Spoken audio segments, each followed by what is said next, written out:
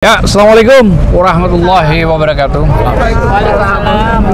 Ya, Alhamdulillah kami tadi bertiga diterima di dalam, walaupun diminta dua, seharusnya tiga juga boleh, karena KPK ini kan dibangun dari uang rakyat, harusnya begitu. Tapi oke lah, kita ngalah. Yang pertama, tujuan kita ke sini ini yaitu membuat pengaduan atau dumas ya, soal masalah yang sekarang lagi ribut di dunia internasional, yaitu OCCRP, tentang tuduhan telak kepada Joko Widodo, mantan presiden yang ketujuh kita, bahwa dianggap dia korup terbesar nomor 2 ya di OCCRP. Nah, oleh karena itu kami dari TPUA menyayangkan berita itu. Dalam arti apa? Kami datang ke KPK karena KPK spesialisasinya di korupsi, untuk segera memanggil Joko Widodo sebagai mantan presiden. Cobalah diperiksa kebenaran itu, karena rakyat ini merasa sakit hati juga kalau mantan presiden kita dituduh macam-macam gitu loh. Nah, dengan jalan kita mengajukan kepada KPK untuk segera dipanggil dan diperiksa. Nah, selanjutnya setelah diperiksa, baru Joko Widodo sebagai mantan presiden untuk mengklarifikasi. Tidak cukup diklarifikasi, melakukan proses gugatan misalnya kepada OCCRP.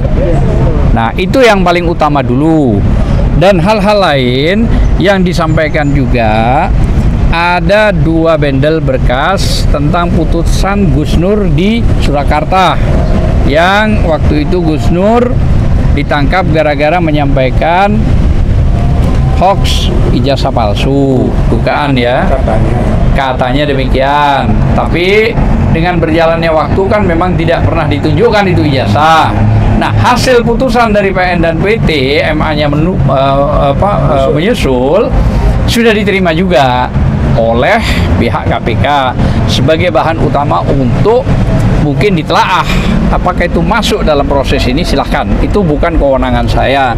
Kewenangan saya sudah menyampaikan, bertiga ini khawatir ditanyakan kelak di akhirat atau dikubur sama Allah. Nah, sudah kita sampaikan itu, bahwa kalau bentuk-bentuk kezaliman itu harus kita lawan. Itu sementara dari saya, Sekjen TPUA. Silahkan, mungkin ada Bang Rizal yang mau ditambahkan. Terima kasih. Nah, keterkaitan itu kita jelaskan bahwa korupsi itu 3 jenis gitu. Jadi documentary corruption, korupsi dokumen, itulah nanti ijazah palsu. Ini keterkaitannya. Yang kedua, authority corruption, yaitu bagaimana korupsinya Jokowi, cawe-cawe gitu kan, ikut mempengaruhi proses politik gitu dan seterusnya, itu korupsi juga gitu, sampai ke Gibran, putusan MK, itu bagian korupsi authority. Dan yang ketiga baru financial corruption ya, korupsi finansial. Nah, ketika korupsi finansial kita kemukakan kaitan dengan rilisnya OCCRP, itu kemukakan tuh soal PSN, sampaikan PSN yang PIK 2, BSD gitu kan, itu korupsi, itu di situ ada kolusi, ada korupsinya gitu. Oleh karena itu KPK harus melangkah gitu dari laporan itu, dari laporan kami ini TPUA. Dan yang keduanya yang berkaitan dengan satu lagi penyerahan berkas ya, enggak yang korupsi apa itu tadi tuh, korupsi finansial. Ya, finansial itu termasuk yang di Colomadu itu gitu. Kita sampaikan itu bahwa di sana terjadi korupsi yang harus KPK melangkah gitu kan, soal hadiah rumah seluas 1,2 hektar. Jadi 2 kasus yang kita angkat di situ, kasus PSN, BSD PIK 2, dan kasus hadiah rumah di Colomadu. Itu yang paling gampang bagi KPK untuk melangkah gitu. Jadi kami sampaikan, di samping itu masih banyak korupsi lain Jokowi yang harus dibongkar. Tapi mulailah, kalau KPK punya itikat baik, mulai dari situ, dari PSN dan korupsi di Colomadu. Saya kira itu yang tambahannya. Baik, saya juga sebetulnya kan berkeinginan berharap tadinya masuk bertiga. Cuman kan pengalaman dulu dengan Pak Amin Rais dan Pak Rijal Ramli ke sini sampai zaman Firly itu ribut kan. Apa susahnya? Dia bilang itu adalah protap. Loh, memang kami ke sana apa di sana kan nggak bikin keributan. Nah, ini saya mencurigai ya. Apalagi begini. KPK ini kan dibentuk oleh Joko Widodo di sisa masa pemerintahannya. Ini secara hukum kemarin saya mengutip Profesor Hendy Subiakto mengatakan bahwa ini tidak sah, ilegal. Ya kan, dan ini akan lakukan judicial review terhadap kepemimpinan KPK dan komisionernya ke MK yang baru. Kenapa? Kalau misalnya KPK tidak sah, berarti penetapan tersangka terhadap orang-orang yang dijadikan target misalnya, seperti Harso misalnya, itu juga tidak sah. Itu loh. Nah, oleh sebab itu akan lakukan judicial review. Dari tim TPU juga akan lakukan itu. Yang pertama. Yang kedua, terkait dengan korupsi yang dibantah oleh Jokowi. Kita melihat banyak misalnya contoh food estate. Food estate itu jelas-jelas korupsi ya di masa pemerintahan, dan itu ada tanggung jawab Jokowi dilakukan oleh Prabowo ya kan, sebagai Menhan. Masa Menhan ngurusin pangan gitu loh ya kan. Nah itu kan salah juga, kacau ya kan, itu loh ya, itu salah kamar namanya kan gitu dia. Nah jadi itu kemudian ada kerugian kerusakan hutan, illegal logging dan lain sebagainya, itu loh, itu jelas, itu tanggung jawab Jokowi juga. Jadi bilang mana bukti, itu harus bukti dari sekian banyak bukti. Ditambah dengan misalnya hutang luar negeri, pemerintah Jokowi ini kan bohong. Hutang luar negeri kita menurut teman-teman di DPR, Misbakun dan lain sebagainya, itu sekitar 20.000 triliun lebih. Tetapi oleh Jokowi hanya sekitar 8.000 triliun. Ini kan berarti ada yang disembunyikan. Kemudian kita tanya, ya kan, komisi dari hutang itu 30% dia katakan oleh Profesor Sumitro, bapaknya Prabowo. Itu siapa yang terima itu loh. Nah, makanya kalau kemudian KPK seolah-olah kemarin memberikan pernyataan yang nggak blunder, seolah-olah mana buktinya ini kami datang.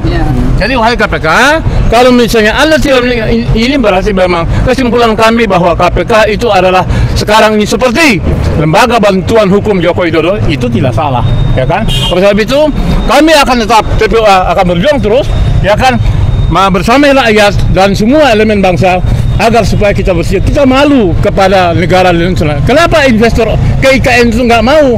Karena mereka sudah dapat laporan bahwa Joko Widodo ini diduga terlibat dalam persoalan korupsi dan pelanggaran HAM. Pelanggaran HAM kita akan bawa ke PBB dan sebagainya, itu loh. Atau misalnya kepada kepolisian, misalnya contoh Kanjuruhan. Tidak ada perintah Jokowi itu memerintahkan terhadap korban yang penyuruhan. Kemudian satunya lagi di zaman Tito sebagai Kapolri, itu ada 900 ya kan, anggota KPPS, tidak ada itu perintah ya kan Jokowi kepada Tito untuk mengusut ini, itu loh. Ditambah dengan Komisi 50 masuk ke M50, masuk ke Komisi 50, itu jelas pelanggaran HAM yang jelas ya. Oleh sebab itu hari ini kami ke KPK dalam terkait dengan isu korupsi, tetapi kami juga akan mempersoalkan tentang pelanggaran HAM di masa 10 tahun pemerintahan Jokowi. Oke, begitu aja ya. Saya kira mungkin nggak ada pertanyaan kan, karena sudah mau Jumatan. Ya. Terima kasih. Assalamualaikum warahmatullahi wabarakatuh. Waalaikumsalam. Yang kita sangat telah dalam indikasi korupsinya kuat. Jadi kalau mau memulai KPK merespon posisi Arpi, ya mulailah dari PSN atau juga dari Colomadu itu, rumah itu. Kemudian cek ijazah palsu karena itu sebagai sumber dari permasalahan semua. Gara-gara Jokowi rusak tatanan kenegaraan yang kemudian disebut nuansa korupsi. Bang, ada nggak kepastian dari dalam kira-kira berapa lama nih akan ditindaklanjuti gitu? Nah, kalau di aturan dia sebulan gitu kan. Sebulan itu nanti akan tapi kecepatnya dia akan menyampaikan itu hasil proses penelaahannya. Nah, makanya dia minta alamat, dan alamat sudah ada di Pokok kita, TPUA kan, alamat kantornya. Nanti dia akan memberitakan dan harus itu dia menyampaikan hasil langkah atau tindak lanjut. Nah, dengan pengalaman yang ada sekarang nih tadi Bang, Abang melihat KPK ini sekarang kayak apa sekarang? Ya kalau menurut saya memang KPK ini dalam keadaan yang abu-abu antara keabsahan dan ketidaknya gitu kan, bahkan menjadi ancaman. jalankan. Kalau nggak dijalankan langkah-langkah ini, memang bisa dikategorikan KPK pimpinannya memang tidak sah. Jadi buat kita akhirnya menjadi tekanan publik juga, gitu ya. Sebenarnya Anda pimpinan tidak sah loh, tapi kami masih memberi toleransi. Cobalah buktikan bahwa Anda punya goodwill, gitu kan. Ya mudah-mudahan kalau perpunya dikeluarkan oleh Prabowo, maka pimpinan KPK yang sekarang menjadi pimpinan KPK sementara, gitu, menuju ke yang definitif nantinya oleh pansel baru. Tadi soal pernyataan dari Pak Muslim Ardi akan melakukan judicial review Ya kayaknya bukan judicial review, atau kita sedang nanti pertimbangkan. Masih dipertimbangkan. Artinya apakah juga kita langsung mengadu ke MK? Kan begitu, karena menyangkut ketidakabsahan dari produk KPK baru, pimpinan baru, dan gitu. Jadi pimpinan KPK-nya sah atau tidak itu kompetensi MK. Gitu. Kalau judicial review konteksnya dengan Undang-Undang Dasar 45 bertentangan tidak undang-undang, kan gitu. Jadi sebetulnya kalau nanti kita diskusikan dalam lah, artinya lebih dekat ke pengaduan langsung ke MK tentang keabsahan pimpinan KPK produk Jokowi ini dan Dewan Pengawasnya yang seharusnya diproduk oleh panselnya yang dibentuk oleh Prabowo. Harapan Bang terhadap KPK?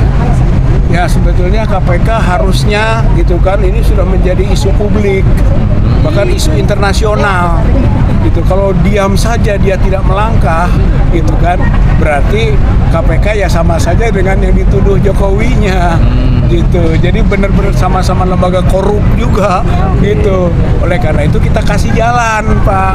Coba nih periksa PSN, PIK 2, BSD. Coba periksa Colomadu gitu kan, tanah baru yang diberikan ke Jokowi. Ini bukti bahwa KPK punya goodwill. Atau panggil Jokowi gitu kan untuk klarifikasi atas rilisnya posisi Ardi.